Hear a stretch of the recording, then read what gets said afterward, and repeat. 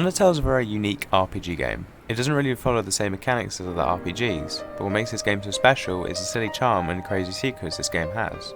And by secrets, I mean really complicated secrets, a whole game mystery behind it.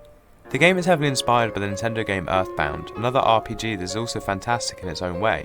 However, Undertale takes it a step further and manages to improve on all the flaws of turn-based combat games, such as Final Fantasy. Instead of your attacks being random chance, you get to choose how much damage you do depending on how fast your reaction time is. And dodging attacks works like a minigame, where you can move your heart around dodging their moves, or you can choose a completely different way of playing the game by not killing anyone and opening up a different story. Chapter 1. The Beginning. If you've never heard of Undertale, then starting the game is going to seem odd. However, pretty much every character in the game has their own unique charm, and some characters pop out more than others. When you start, the first person you meet is Flowey. It's a few funny minutes of talking to him, and then realising the game isn't as it seems, as he soon tries to kill you. After your encounter with Flowey, you spend a bit of time with Toriel. She basically acts as a tutorial, and of writing this just now, I realise why they chose that name. Anyway, once you leave the cave and beat Toriel, you meet Sans and Papyrus, both named after the fonts. What's interesting about Sans is how he acts as somewhat comic relief. He breaks the fourth wall a lot, and when he makes a joke, he winks at you the person behind the screen, and not you, the character in the game. You may just brush this off as a funny thing in the game, however, he's the only character to do this.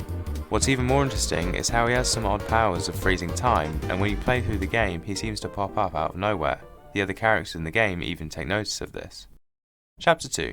The Sound of Music. The game's soundtrack is fantastic, and seriously one of the best soundtracks to a game ever. The boss battles are full of this upbeat pumping music that really gets you excited to fight. A few examples of this are Spear of Justice, Spider Dance, and the most popular one, Megalovania.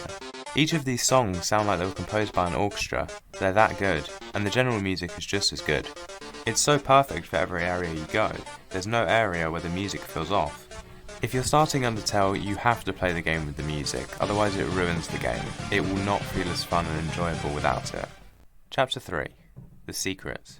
Undertale is full of hidden secrets. Some are for a laugh, and others are really intriguing mysteries. One of the great designs of the game comes with the fun value graph. How the graph works is whenever you start the game, you get selected a random number from 1 to 100. And there are certain things that could happen depending on your number. If your number is unlucky, you won't get anything different happen. Most of the time you'll get a quick joke call from Alphys or Sans, however the rarer numbers have more backstory behind them, such as the Gaster followers. They're people who each give a story on a person called WD Gaster, however they don't all come with the same number.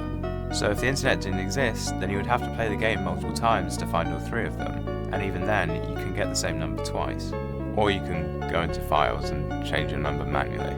Anyway, the mystery comes with the character that only appears if you get the number 66. His sprite is called Mystery Man, but it's believed that he is WD Gaster, as the stories that the Gaster followers give sound like they could be about him. As they say how he was shattered across time and space, and one of the followers say they have a piece of him, which would make sense as his sprite character looks destroyed. There's not too much people know about him, because when you meet him he doesn't do anything, and if you interact with him, then this happens. Chapter 4. The game is strange. Undertale is very peculiar, and not just the secrets it has, but also the fact the game has the ability to remember and also break the fourth wall. At the beginning of the game, you have the choice to either kill Toriel or spare her. However, if you kill her and then regret it, you can quit the game and restart from your last save, so you don't have to live with the guilt. The thing is, when you do that, Flowey talks to you and brings up what you did. He then questions you on having that power. Another anomaly is when you find the character called Gonakid. He comes only if your fun value is 91 and up. What's unsettling about him is what he talks to you about. He mentions the idea of parallel universes and the thought of never existing, that being a reference to the fun value and how the majority of the time when people play the game, he doesn't exist. There are plenty more examples of this, but there's kind of too many to fit in one video. Final chapter. Why Undertale? Now this game is really good. It's fun to talk to everyone and it's a really relaxing game at times. There's a lot of stuff to discover in the game, so if you like game secrets, I definitely recommend getting it. I've had a lot of fun playing the game, and I'm definitely going to go play the game again. Anyway, thank you for watching. Okay, I know this video took a really long time to come out. Long story short, I was making the first video in lockdown, so I had more spare time, and then I had to go back to school, so I had much less time. I know what I want to do for my next video, but I'm also wondering what other stuff I should do for my channel. I might make some gameplay videos for some other games, but I'm really not sure, so feel free to make a suggestion on what I should do.